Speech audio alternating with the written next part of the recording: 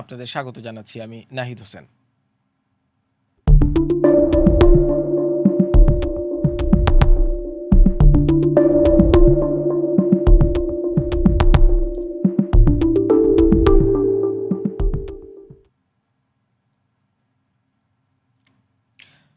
ভোটালাপ ২০২৬-এর এই ঘন্টায় আমার সাথে অতিথি হিসেবে যুক্ত হয়েছেন সিনিয়র সাংবাদিক জনাব আশরাফ কায়সার। আশরাফ ভাই, আপনাকে স্বাগত জানাচ্ছি। ধন্যবাদ।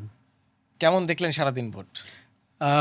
আমি বলবো যে অভাবনীয় ভোট, অভূতপূর্ব।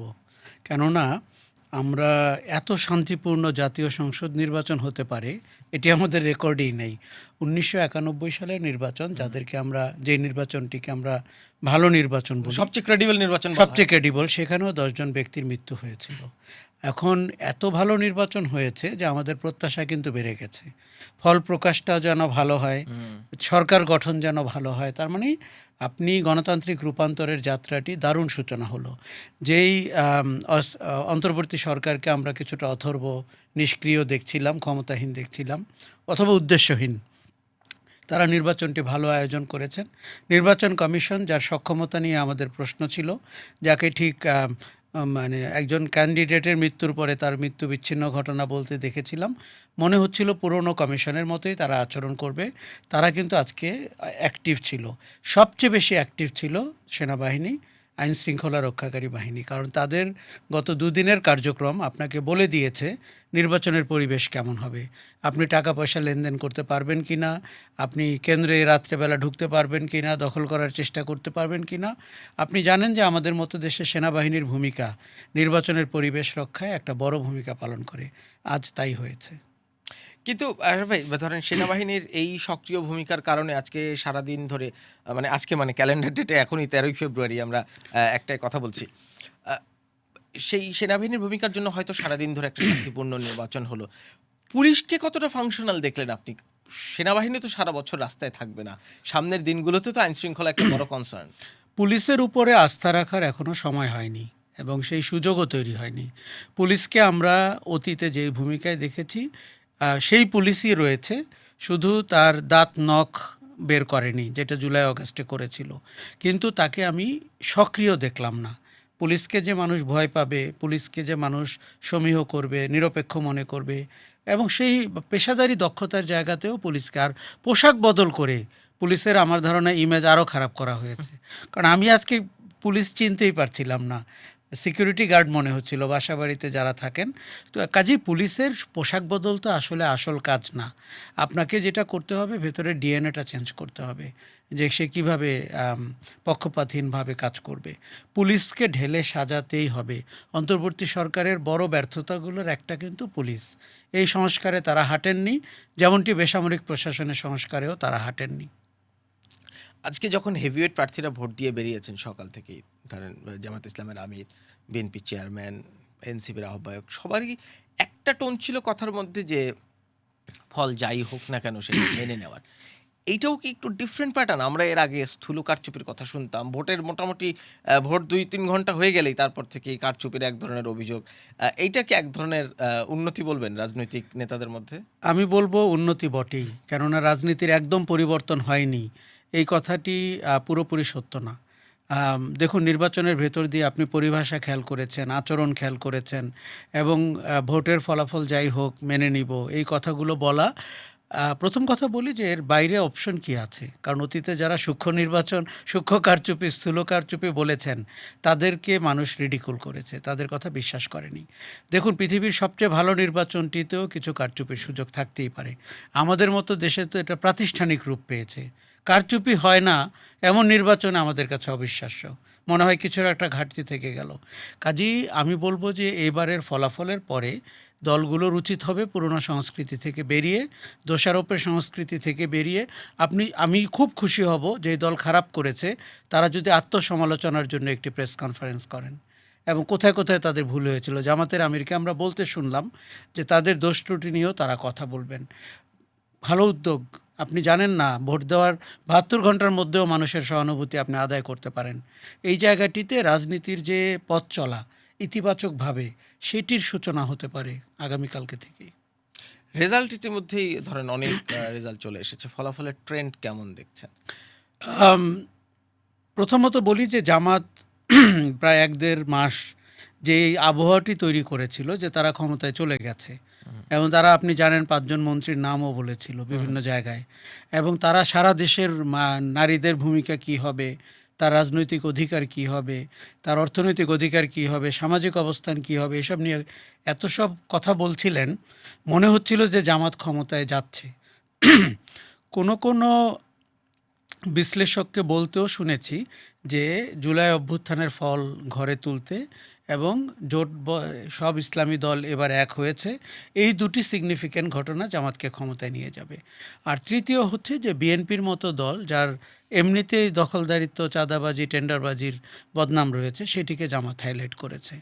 আর চতুর্থ হচ্ছে ধর্মকে ব্যবহার করেছে। আপনি জানেন বাংলাদেশের মানুষ জান্নাতে তো যেতেই চায়, বেহেশতেও যেতে চায়, সেটির বিক্রি করেছে এবং আপনার এক ধরনের সৎলোকের শাসনের সম্ভাবনার ন্যারেটিভ তৈরি করেছে। সেই অনুযায়ী আমি বলবো যে জামাতের যদিও অতীতের যে কোনো নির্বাচনের চেয়ে জামাতের ফলাফল সিগনিফিক্যান্টলি হাই, ভালো হচ্ছে, যেই ট্রেন্ড আমরা দেখতে পাচ্ছি, তাদের হয়তো ৭০-৮০টির মতো সিট তারা সিকিউর করতে পারছেন, যেটি জামাতের অতীতের যে কোনো নির্বাচনের চেয়ে ৪ গুণ ভালো কিংবা ৫ গুণ ভালো। কাজেই রাজনীতিতে যদি ব্যুৎপত্তি হয়ে থাকে জামাতের মতো একটি বিতর্কিত দলের, সেই ব্যুৎপত্তি কিন্তু তারা অর্জন করেছেন। আরেকটা জিনিস বিএনপিকে ট্রেন্ড হিসাবে দেখছি যে আওয়ামী লীগের ভোট, যেটি বাংলাদেশে খুব সিগনিফিক্যান্ট চাঙ্ক, তারা হয়তো কোথাও কোথাও বিএনপিকেই তাদের মিত্র হিসাবে বেছে নিয়েছেন। কেননা জামাতের যে উগ্র দক্ষিণপন্থী চেহারাটি, সেটি বাংলাদেশের কারো কারো জন্য তো ভীতিকর বটেই। সেই জায়গাটিতে বিএনপির আমি বলবো যে নিজস্ব ভোট ব্যাংক, হোমওয়ার্ক করা, ওইরকম ক্যান্ডিডেট দেওয়া, এই জায়গাগুলোতে দুর্বলতা চিহ্নিত করতে হবে এবং তাদের হয়তো কাজ করার সুযোগ রয়েছে। বিএনপি হয়তো ল্যান্ডস্লাইড ভিক্টরি পাবে, ২০০-র উপরে গেলেই আমরা বলতে পারি যে যেহেতু সে সংবিধান পরিবর্তন করার ক্ষমতা অর্জন করবে, নিরঙ্কুশ সংখ্যাগরিষ্ঠতা। কিন্তু ৭০-৮০ কিংবা ৯০-এর একটি বিরোধী দল, এবং যেই বিরোধী দলের নাম জামায়াতে ইসলামী, এবং যেই বিরোধী দলে এনসিপি এবং মামুনুল হকের মতো লোকরা আছেন, তাদের কিন্তু যে কোনো রাজনীতি করার প্রশস্ত জায়গা তৈরি হবে এবং বিএনপিকে খুব সতর্কভাবে দেশ পরিচালনা করতে হবে। একটা ট্রেন্ড কি আপনার চোখে পড়েছে? মানে আমি মোটা দাগে এই পর্যন্ত ফলাফলের যদ্দূর পাওয়া গেছে তাতে যা দেখলাম, যেই জায়গাগুলোতে বিএনপির ভোটারদের ঘাঁটি বলে চিহ্নিত, সেই জায়গাগুলোতে বিএনপি বেশ পিছিয়ে আছে। কিছু জায়গায় ইতিমধ্যে পরাজয় নিশ্চিত হয়েছে, কিন্তু যেই জায়গাগুলোতে আওয়ামী লীগের ঘাঁটি বলে চিহ্নিত ছিল, সেই জায়গাগুলোতে বিএনপি বেশ ভালো ফল করছে। এই ডাইনামিক্সটাকে কীভাবে অ্যানালাইজ করবেন? প্রথম কথা যে আওয়ামী লীগ আজকে ভোটের ময়দানে গিয়েছে, আওয়ামী লীগের কেন্দ্রীয় নেতৃত্ব যেভাবে বয়কটের ডাক দিয়েছিল, সেটি আমরা মাঠে টের পাইনি।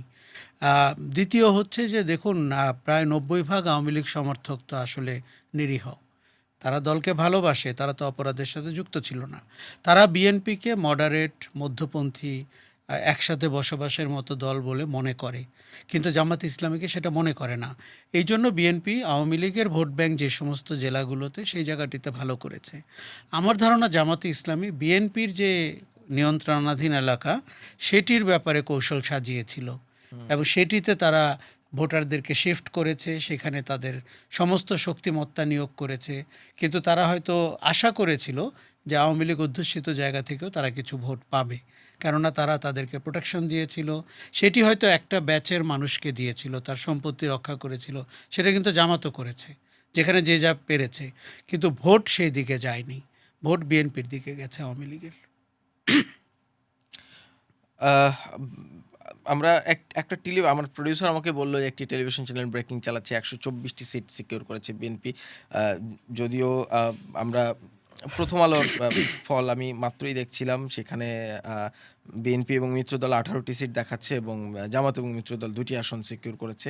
আরেকটি ড্যাশবোর্ডে যেটি দেখা যাচ্ছে 160টি আসনের ফল, তার মধ্যে বিএনপির জোট 119টি এবং জামায়াতের জোট 37টি। ফলে ট্রেন যেদিকে যাচ্ছে, যদি এইরকমভাবে চলতে থাকে, তাতে হয়তো বিএনপি এবং বিএনপি নেতৃত্বাধীন জোট সরকার গঠন করতে যাচ্ছে। কিন্তু জামায়াত ইসলাম যে ধরনের আসন সিকিউর করতে পারছে, এইটাও কি খুব এক্সপেক্টেড ছিল? মানে অ্যামিড দি পাস্ট হিস্ট্রি তাদের ভোট ব্যাংকের পাস্ট হিস্ট্রির দিকে তাকালে এটি এক্সপেক্টেড ছিল না এবং এটি তো ফেয়ারফুল। কারণ জামাত যে ধরনের রাজনীতি করে এবং যে ধরনের মানে ধর্মভিত্তিক শাসনতন্ত্রের কথা বলে, এতে করে গত কয়েক মাসে বিশেষ করে জুলাই আগস্টের পর থেকে তার এক ধরনের আস্ফালন আমরা টের পাচ্ছি। জামাত আরেকটি জিনিস প্রচার করেছিল যে ৫টি পাবলিক বিশ্ববিদ্যালয়ের নির্বাচনে তারা যে নিরঙ্কুশ বিজয় অর্জন করেছে তার ট্রু রিফ্লেকশন আমরা জাতীয় নির্বাচনেও দেখতে পাবো। এটি করে কিন্তু তার এক ধরনের মজমা জামাত জমিয়েছিল। সেই জায়গাটিতে আমি বলবো যে এই সংখ্যা তো মানুষের মধ্যেও তৈরি হচ্ছিল, মানে মানুষের মধ্যে একটা তৈরি hype হচ্ছিল তো ছিল। ছিল। এখন সেই তুলনায় জামাত হয়তো আপনি আজকে সর্বশেষ জামাতের আমিরের যে প্রেস কনফারেন্স আমি দেখলাম, তাদের বডি ল্যাঙ্গুয়েজ আমাকে বলছে যে তাদের সেই প্রত্যাশার বেলুন তারা পূর্ণ করতে পারেনি এবং তারা এক ধরনের হতোদ্যম মনে হয়েছে তাদেরকে দেখে। কিন্তু তাদেরকে বুঝতে হবে যে বাংলাদেশের মতো একটি গণতান্ত্রিক দেশে তাদের জোট যদি আপনার ৭০-৮০টি সিটে বিজয়ী হয়, যেটি আমরা ট্রেন্ড দেখে বুঝতে পারছি, সেটি সিগনিফিক্যান্ট ভিক্টরি এবং তারা ডিসাইসিভ রোলে চলে যেতে পারেন। তারা যে কোনো আইন কানুন নীতি প্রণয়নের ক্ষেত্রে তাদের ভূমিকা রাখতে পারবেন।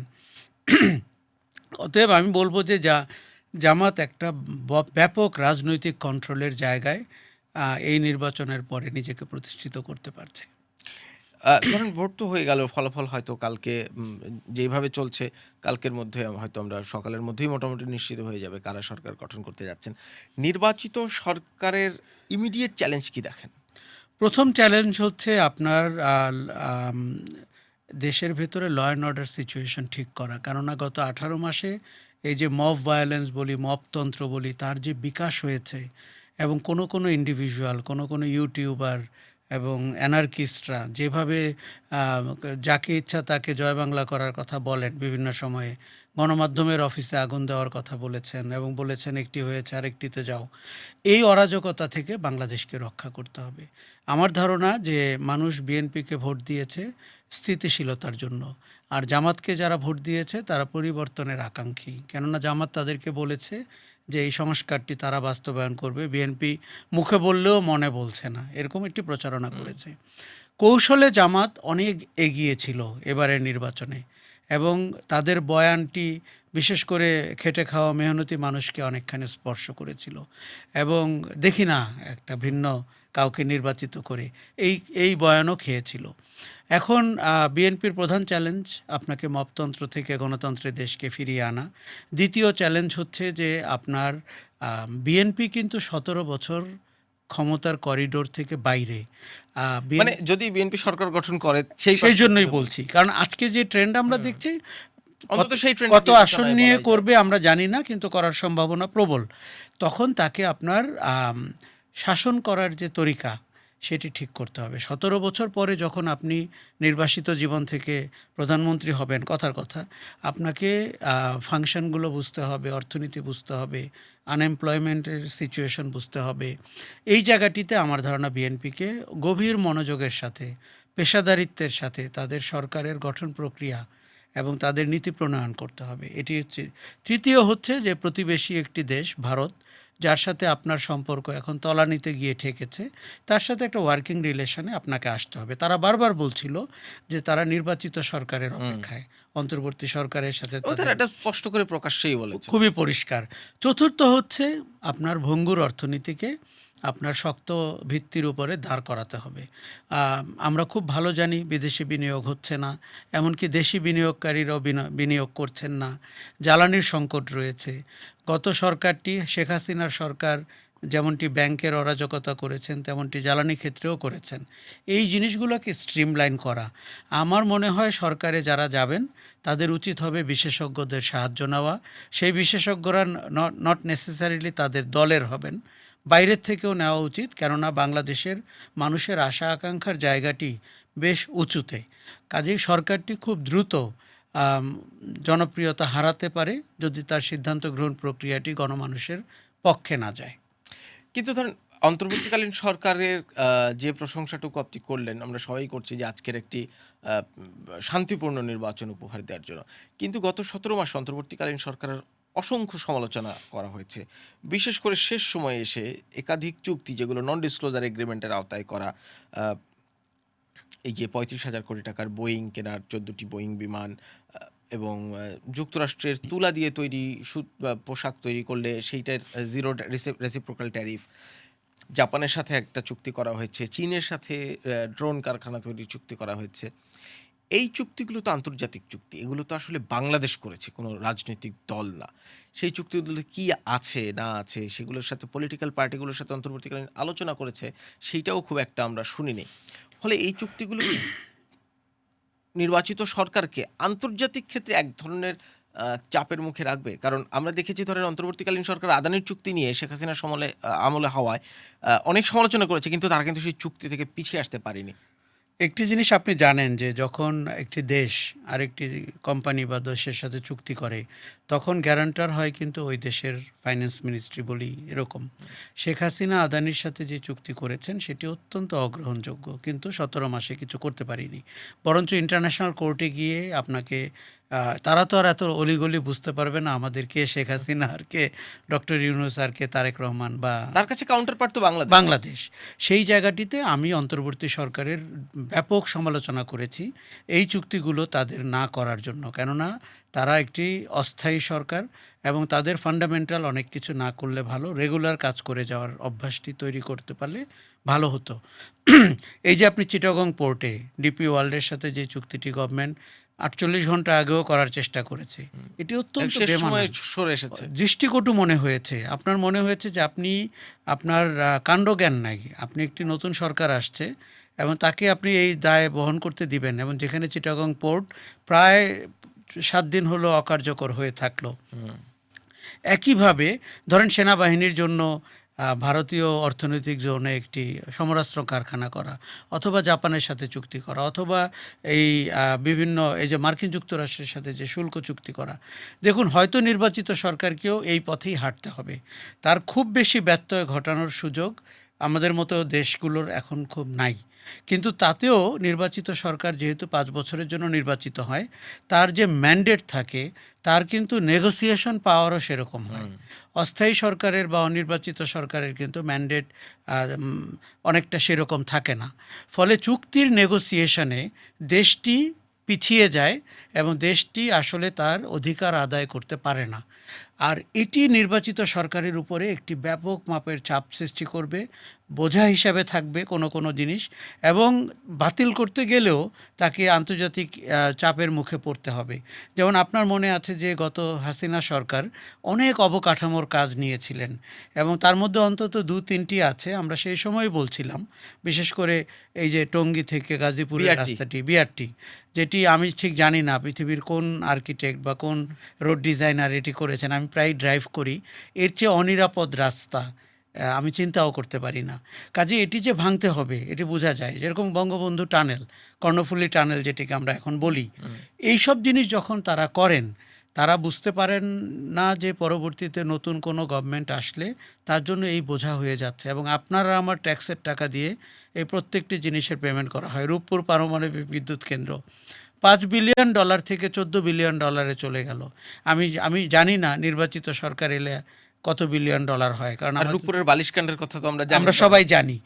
এই জায়গাগুলো আমার মনে হয় একটা সরকারকে তার নিজের পথে এগুতে বাধা সৃষ্টি করে, তাকে অতীত টানতে হয় এবং তাদের অতীতের অন্যায়ের সাথে নতুন অন্যায় যোগ করে তাকে চলতে হয়। যদি মানে বাস্তবতা তাই হয়, তাহলে নির্বাচিত সরকার, যে নতুন যে সরকার আসতে যাচ্ছে, তাদের সাথে তো একটা পাহাড়সম চ্যালেঞ্জ, মানে সম্ভবত বাংলাদেশের কোনো নির্বাচিত সরকার দায়িত্ব নেওয়ার সময় এই রকম পাহাড়সম চ্যালেঞ্জের মুখোমুখি হয়নি। জিও পলিটিক্যাল সিচুয়েশন থেকে শুরু করে বাংলাদেশের যে রাজনৈতিক বিভাজন আমরা পোস্ট 5th অগাস্টে আবারও দেখলাম, প্রি 5th অগাস্টে সবাই মিলে একসাথে আন্দোলনটা করলো, পোস্ট 5th অগাস্টে আবার সেই চরম বাইনারির রাজনীতি আমরা দেখলাম। সেই চর্চা থেকে বেরোতে কি পারলাম? মানে সেই আকাঙ্ক্ষিত বাংলাদেশের দিকে যাত্রাটা কি অন্তত শুরু হলো? খুব একটা হলো না, কেননা অন্তর্বর্তী সরকার 18 মাসে বড় কোনো সংস্কারে হাত দিল না।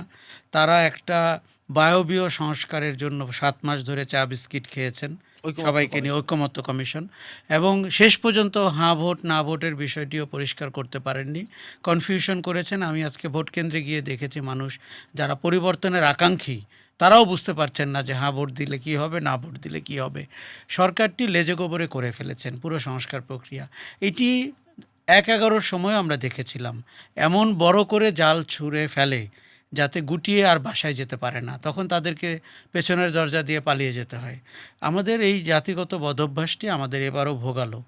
আচ্ছা, এখন যদি আপনি বলেন, আমি বলবো যে বিএনপি নিশ্চয়ই খুশি হবে, কারণ বিএনপি জামাতের প্রবল প্রতিদ্বন্দ্বিতার মুখে ছিল, কিন্তু এই শাসন কিন্তু কঠিন হবে, এই সরকার গঠন কঠিনতর হবে। এই ৫ বছর আপনার মনে রাখার মতো ৫ বছর হবে বিএনপির জন্য। কেননা আপনি মানুষের যে প্রত্যাশা, স্কাই রকেটিং এক্সপেকটেশন, সেই জায়গাটিতে আপনাকে অপারেট করতে হবে। এবং আপনি জনসভায় বাসে চড়ে কিংবা আপনার সুন্দর সুন্দর কথা বলে অনেক প্রত্যাশা ছড়িয়েছেন নিজেও। আপনি বলেছেন আইনের শাসনের পক্ষে থাকবেন, জবাবদিহিমূলক শাসন উপহার দিবেন, দুর্নীতি করবেন না, এই জাতীয় জিনিসগুলো। তো আমার ধারণা এগুলো ম্যানিফেস্টোতে কী লেখা আছে তার চেয়ে বেশি জরুরি মানুষ আপনার কাছ থেকে শুনেছে। উনি প্রতিদিন তার নিজস্ব মানে জায়গায় এই ৩-৪টি জিনিস পেতে চাইবেন। না পাওয়া মাত্রই আপনি জানেন যে একটা অত্যন্ত জনপ্রিয় সরকারও খুব দ্রুত অজনপ্রিয় হয়ে যেতে পারে। তখন বিরোধী দল কী করে? বিরোধী দল সেগুলোকে একসাথে করে তার একটা দুর্বার আন্দোলন গড়ে ফেলার চেষ্টা করে এবং অনাস্থায় ফেলে দেয় সরকারকে কিংবা জাতিকে। হ্যাঁ ভোট মানে বলাই যায় হ্যাঁ ভোট জয়যুক্ত হতে যাচ্ছে। সেই ক্ষেত্রে নির্বাচিত সরকারের সামনে তো জুলাই সনদ বাস্তবায়ন করার এক ধরনের বাধ্যবাধকতা থাকছে। তার পাশাপাশি ধরেন ট্রেন্ড ধরেও যদি বলি, বিএনপির ৩১ দফার মধ্যে তার অনেকগুলোই আছে।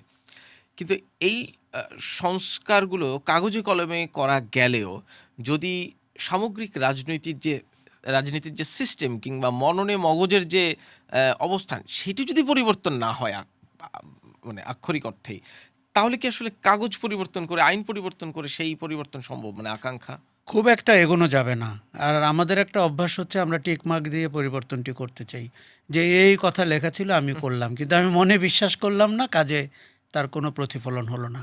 ইমিডিয়েটলি আমরা যেটি পাবো বলে আশা করছি সেটি হচ্ছে সংসদটি যেভাবে গঠিত হবে, আপনি একজন ডেপুটি স্পিকার পাবেন বিরোধী দল থেকে, আপনি 4টি সংসদীয় কমিটিতে সভাপতি পাবেন বিরোধী দল থেকে, এবং একটি প্রশ্নের উত্তর আমি জানি না কিভাবে যারা নির্বাচিত হবেন তারা দিবেন।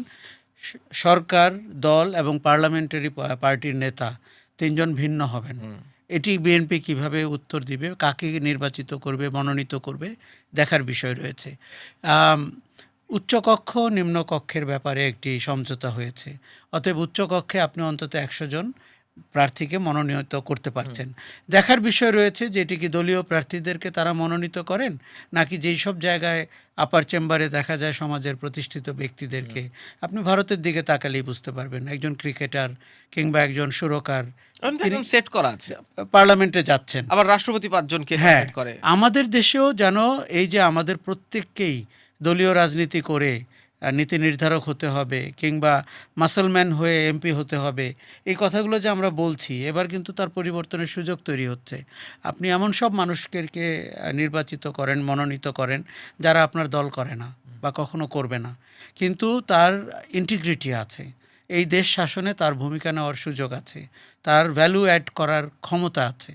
বিএনপিকে অনেক উদার হয়ে নতুনত্বের সাথে উচ্চকক্ষের ব্যাপারে ভূমিকা রাখতে হবে। আরেকটা জিনিস হচ্ছে যে আপনার প্রধানমন্ত্রীর অপার ক্ষমতা থেকে যেন তার ক্ষমতা কিছুটা ব্যালেন্স হয়, সেই জায়গাটিতে আমরা সংস্কার প্রক্রিয়াকে দেখতে পাচ্ছি। এখন যেই জায়গায় নোট অফ ডিসেন্ট দিয়েছে দলটি, সেই জিনিসগুলো তাদের পরিষ্কার করা উচিত এবং তাদের বলা উচিত যে আমরা তো এটা আলোচনার সময় নোট অফ ডিসেন্ট দিয়েছি। অতএব আমরা সরকার গঠন করলে expectation management would be a very tough question for the party যারা সরকার গঠন করবে। কেননা আপনি মনে রাখবেন, জুলাই অগাস্টের এক্সপেকটেশন কিন্তু গত 18 মাসে পূরণ হয়নি। অন্তর্বর্তী সরকারটি গুটি কয়েক শিক্ষিত লোক, এবং আমি জানি না তারা শেষ দিনে এসে সম্পত্তির বিবরণ কেন দিলেন, প্রথম দিনে কেন দিতে পারলেন না। এই যে বিবরণী আমি দেখলাম সেটা প্রথম দিনে দিয়ে দেওয়া যেত। এইভাবেই যদি বিবরণী হয় যেখানে কোনো ডিটেল নাই, আপনার স্থাবর সম্পত্তি, অস্থাবর সম্পত্তি আছে। কয়েকজন উপদেষ্টার সম্পদ কমেছেও বরং। হ্যাঁ, আমি ঠিক জানি না কেন কমলো। কারণ হচ্ছে যে এই দেশে এটা বিরল ঘটনা। এবং মানে আমি কোনো অনুসন্ধানী সাংবাদিককে অনুরোধ করব এই বিষয়টিতে অনুসন্ধান করার জন্য। দেখুন, অন্তর্বর্তী সরকার হলেই তার উপরে আপনি নজর রাখতে পারবেন না, তার উপরে হোয়াইট পেপার বেরোতে পারবে না। তাদের কোনো উপদেষ্টার ব্যাপারে কিন্তু ব্যাপক অর্থনৈতিক লেনদেনের অভিযোগ এসছে। আমি বিশ্বাস করতে চাই না, কিন্তু আমি ফ্যাক্ট বেসড হতে চাই। কাজেই কিন্তু অন্তর্বর্তীকালীন সরকার কি গত ১৭ মাসে এই বিষয়টি একবারের জন্য কি অ্যাড্রেস করতে দেখেছেন? আমি অ্যাড্রেস করতে দেখিনি, এবং আমার কাছে মনে হয়েছে আমার অনেক পরিচিত জন বন্ধুরা এই সরকারে ছিলেন। তারা যখন আমরা একসাথে ফুটপাতে দাঁড়িয়ে অ্যাক্টিভিস্ট হিসাবে আন্দোলন করেছিলাম, সেই পার্সনটা চেয়ারে বসার পরে, ক্ষমতার ভার নেওয়ার পরে পরিবর্তনের যে অবস্থা দেখলাম, তাতে আমি রাজনীতিবিদদেরকে এখন খুব বেশি দোষ দেই না। কেননা যারা সুশীল সমাজ, যারা একাডেমিক্স, যারা সাধারণ মানুষের কাতার থেকে ক্ষমতা পায়, কিংবা একেবারে অপরিচিত স্টুডেন্ট লিডাররা যারা ৩ জন উপদেষ্টা হয়ে গেল, আমাদের এই জাতিগত দুর্বলতা থেকে বেরোতে হবে। কারণ আমরা তখন যেটি ভয় পাই যে আপনি যদি বেস্ট অফ ব্রিডও হন, আপনিও ক্ষমতা পেলে কি হবেন আমরা ঠিক বুঝতে পারি না। এটি একটি অনিশ্চয়তার জার্নি। আমার মনে হয় এক জায়গায় এসে থামতে হবে। এটি একটি অসুখের মতো, রোগাক্রান্ত বাংলাদেশ, এবং যেখানে ক্ষমতাপ্রেমী মানুষের সংখ্যা বেশি, তার চারপাশে ৯৯ ভাগ স্তাবকের জন্ম হয়। বিনা কারণে মেরুদণ্ডহীন মানুষরা আশেপাশে ঘুরতে থাকে, এবং ক্ষমতাবান ব্যক্তিটিও মেরুদণ্ডহীন মানুষদেরকে পছন্দ করেন, এবং তিনি কি শুনতে চান এটি চারপাশের লোক জানে, তাকে ওই কথাগুলোই বলে। কিন্তু এটা তো একটা রাজনৈতিক যাত্রাও, একটা রাজনৈতিক বোঝাপড়া, সামাজিক বোঝাপড়া, সেটি নিশ্চয়ই ওভারনাইট করে ফেলা সম্ভব না। কিন্তু এই জার্নিটা কি আমরা শুরু করলাম আজকে? এই যে নির্বাচন নিয়ে আমরা এত উচ্ছ্বসিত প্রশংসা করছি যে ১৭ মাস ১৮ মাস পরে একটি গণঅভ্যুত্থানের পর একটা ভালো নির্বাচন, আপাত দৃষ্টিতে বলাই যায় ভালো নির্বাচন অনুষ্ঠিত হয়েছে। এর মধ্য দিয়ে কি সেই রাজনৈতিক বোঝাপড়া, সামাজিক বোঝাপড়ার যাত্রা শুরু হলো? অ্যাটলিস্ট নির্বাচনটি হয়ে যাওয়ার পরে একটা সুযোগ তৈরি হলো। আমরা এই যাত্রায় এখনও স্টেপ ওয়ানেও যাইনি, কিন্তু আগামীকালকে থেকে বা পরশুদিন থেকে আপনি যখন বুঝতে পারবেন যে কারা সরকার হচ্ছে, কারা বিরোধী দলে হচ্ছে, আপনার জন্য নতুন সুযোগ তৈরি হলো। দেখুন, প্রতিবার কিন্তু আমাদের ম্যাপ রিড্র করা হয়, স্কোয়ার ওয়ান থেকে আমাদের শুরু করতে হয় বা শুরু করার সুযোগ তৈরি হয়। এবার আবার একটি সুযোগ তৈরি হলো। ১৮ মাস আগে একবার হয়েছিল, যেটি আমরা সম্পূর্ণভাবে বেহাত হয়ে গেছে বলে মনে করি। ৫ই অগাস্ট, ৮ই অগাস্ট, ওই সময়টাতে আপনি যদি একটি যথার্থ সরকার করতে পারতেন, এবং আপনি যদি আইনের বিষয়গুলোকে লেজে গোবরে না করে ফেলতেন, এবং মানে অদ্ভুত সব ব্যক্তিবর্গকে আমরা অন্তর্বর্তী সরকারে না দেখতাম, তাহলে কিন্তু আপনি দেখতে পাচ্ছেন ছাত্ররা যদি সরকারে না যেত, তারা যদি প্রেশার গ্রুপ হিসাবে রাজনীতিটি করত, এবং এই যে আজকে জামাত জোটে চলে গেছে সেটি যদি না করে তারা একটি তৃতীয় ফ্রন্ট হিসাবে আমি এই প্রশ্নটা সমাজে বেঁচে করতাম, থাকতো। মানে এনসিপির ভবিষ্যৎটা কোথায় দেখেন? কারণ আমরা যে দ্বিদলীয় রাজনীতির বাইরে তৃতীয় শক্তির প্রত্যাশা তৈরি হয়েছিল জুলাই গণঅভ্যুত্থানের মধ্যে দিয়ে, সেই প্রত্যাশারে একটা প্রতিফলন তো ছিল এনসিপি। কিন্তু সেই এনসিপি জামায়াতের সাথে জোট করার মধ্য দিয়ে নিজেদের অস্তিত্ব তৈরি করার বদলে অস্তিত্বটাকে খানিকটা বিলীনের পথে নিয়ে গেল কিনা, এবং এই এনসিপির তাহলে ভবিষ্যৎ কোথায়? মানে আবার কি ওই যে আপনার মতো বলতে হয়, মানে ব্যাক টু স্কোয়ার ওয়ানে যাব আমরা? এনসিপির রাজনৈতিক ভবিষ্যৎ অন্ধকার, এবং আমি তাদেরকে বন্ধু হিসাবে বলতে পারি, তারা জামাতে যোগ দিয়ে ফেললে তাদের জন্য ভালো হবে। আমি বলি কেন, দুঃখের সাথে বলছি, কেননা এনসিপি একটি তৃতীয় ধারা হতে পারত, এবং বাংলাদেশে নতুন রাজনীতির জন্ম হয়েছে ক্যান্টনমেন্ট থেকে, ক্ষমতা দখল করে তারপরে দল করা। অতীতে যে দুটি বড় দল হয়েছে, এনসিপি মাঠ থেকে জন্ম নেওয়া রাজনৈতিক দল, অভ্যুত্থানে সফল হওয়া অপরিচিত ছেলে মেয়েদের রাজনৈতিক দল, এবং যাদের পেছনে বাংলাদেশ দাঁড়িয়েছিল দুঃশাসনকে হটাতে। তারা এই মানুষদের সাথে বেইমানি করেছে, এই চেতনার সাথে তারা বেইমানি করেছে। কেন করেছে? তারা ইমিডিয়েট গেইন চেয়েছে। 10 মাস বয়সী একটি দলকে কি সরকারে যেতে হবে, পার্লামেন্টে যেতে হবে, ক্ষমতায় যেতে হবে? তারা না বলেছে ক্ষমতা না জনতা, তারা না বলেছে যে তারা নতুন বন্দোবস্ত চায়, তারা পুরনো বন্দোবস্তের ধারক। পুরনোর মধ্যেও নিকৃষ্টতম দলটির সাথে তারা সমঝোতা করেছে। ফলে আজকে আমি বা আপনি যদি বিএনপি, জামাত, আওয়ামী লীগের মতো দলের বাইরে কোথাও এক জায়গায় গিয়ে আমার মত প্রকাশের জায়গা খুঁজি, সেটি এনসিপি অনেক দিনের জন্য নষ্ট করে দিয়ে গেল। মানুষ এরপরে আপনাকে আর বিশ্বাস করবে না। আগামীতে যেই তরুণটি ঢাকা বিশ্ববিদ্যালয় কিংবা জাহাঙ্গীরনগরে প্রতিবাদের মুখ হতে চাচ্ছে তার বিশ্বাসযোগ্যতা অত্যন্ত কম হবে। কেননা এনসিপির যারা উপদেষ্টা হয়েছিলেন তাদের অনেকের ভেতরে আমরা অসততার চিত্র দেখেছি, নৈতিক এবং অর্থনৈতিক দুটি। আর যারা বাইরে থেকেছেন তাদেরকে আমরা দেখেছি যে প্রতিক্রিয়াশীল, দক্ষিণপন্থী। আপনি যখন নারী সংস্কার কমিশনের রিপোর্ট প্রকাশ হয়, এনসিপির একজন নেতাকে সরোয়ার্দী উদ্যানে আমরা দেখেছি নারীদেরকে কি বীভৎস ভাষায় কথা বলতে। ২৮ বছরের তরুণ, ২৬ বছরের তরুণের যে প্রগতিশীল চেহারাটি বাংলাদেশ দেখতে চেয়েছে, সেই প্রগতিশীল চেহারাটি এনসিপি দাঁড় করাতে পারেনি। এনসিপি ইতিবাচক রাজনীতি করতে পারেনি। এনসিপির কারো কারো মুখের ভাষা, পরিভাষা ইত্যাদি নিয়ে বাজারে যথেষ্ট সমালোচনা রয়েছে। কাজেই এরা খুব দীর্ঘ মাপের রাজনৈতিক নেতা হবেন এটি আমি মনে করছি না। তারা বরং বেছে নিয়েছেন যে তারা পার্লামেন্টে ইমিডিয়েটলি যেতে পারলে গাড়ি শুল্কমুক্ত গাড়ি, বাংলো ইত্যাদি পেয়ে তারা অখ্যাত ব্যক্তি থেকে একটা পরিচিত মুখ হয়ে সমাজে ওই প্রতিষ্ঠিত কাতারে ঢুকে যেতে চাচ্ছেন যারা মূলত সুবিধাবাদী। ফলে রাজনীতিটি এনসিপি করল না, যেই রাজনীতির জন্য বাংলাদেশ মুখিয়ে আছে। এই যে আপনার মানুষের রাজনীতি করা এবং তাদের দাবি দাওয়া নিয়ে, ইস্যু নিয়ে কথা বলা এবং ক্ষমতার দিকে না তাকিয়ে জনগণকে, তারা অভ্যুত্থানটি যেই প্রক্রিয়ায় সফল করতে পারল, রাজনীতিটি করলো তার ঠিক উল্টো প্রক্রিয়ায়। এবং যে কারণে আপনি দেখবেন যে হয়তো ৬-৭ জন তাদের সংসদ সদস্য তৈরি হবে, কিন্তু ৩০০ জন নেতা তো তারা তৈরি করতে পারতো ৩০০ আসনে। সেই পথে তারা গেল না, তারা ৩০ জনের ব্যাপারে কম্প্রোমাইজড হয়ে গেল। ২৭০টা আসনে তারা স্বাধীনতা বিরোধীদের পক্ষে, নারী ধর্ষণকারীদের পক্ষে এবং যারা মানবতা বিরোধী অপরাধ করেছেন তাদের পক্ষে ভোট চাইল। ফলে তাদের সাথে জনগণের যে সম্পর্কচ্যুতি হলো, এটি অত্যন্ত দীর্ঘস্থায়ী সম্পর্কচ্যুতি। এটি থেকে তাদের উত্তরণের সুযোগ কম। তারপরও তো ধরেন একটা আমরা বেশ ভালো একটা নির্বাচন দেখলাম ৫ বছর পর। এই ধরনের আরেকটি শান্তিপূর্ণ অংশগ্রহণমূলক মানে মানুষের অংশগ্রহণ এবং এরকম সহিংসতাহীন প্রায় এরকম আরেকটা নির্বাচন প্রত্যাশা করেন? এবারেরটি সহিংসতা, অরাজকতার দিক থেকে অনেক ভালো অবস্থান পেয়ে গেছে। তবে আমি বলবো যে আমি প্রত্যাশা করি। কেননা আমরা তো রাজনীতিতে প্রতিবার গুণগত মানে, নির্বাচনে গুণগত মানে, শাসন করার ক্ষেত্রে গুণগত মানে ভালো করতে চাই। নির্বাচন মানেই যে মারামারি, কাটাকাটি, গুলিবিদ্ধ লাশ ইত্যাদি, এটি আসলে রাজনীতির আসল চেহারা না। এবং আপনি এবারে কিন্তু আমরা সেই রাজনীতিটি দেখতে পেলাম না।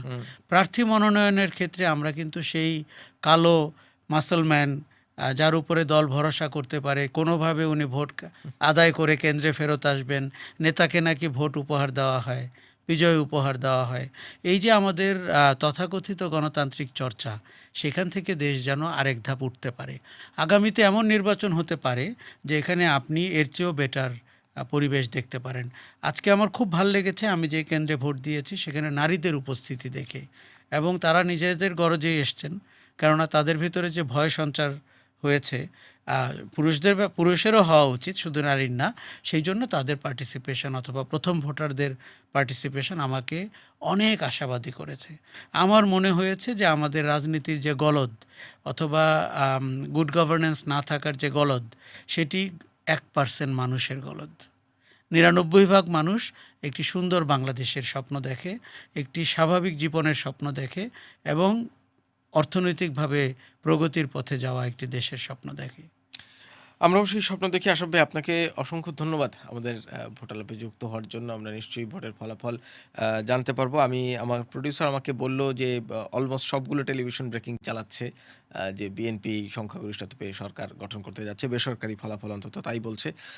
আমরা হয়তো আর এখন 1:54 বাজে, তো হয়তো আর 3টা-4টার মধ্যে চূড়ান্তভাবেই বোঝা যাবে যে কোন দিকে যাচ্ছে।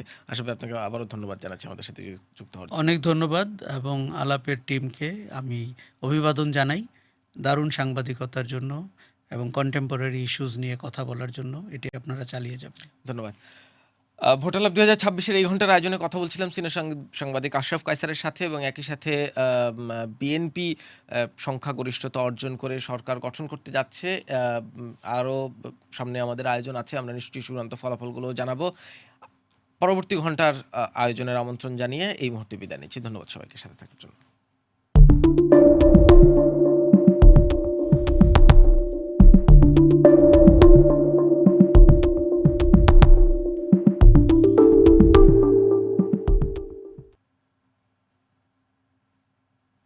থ্যাংক ইউ ভাই।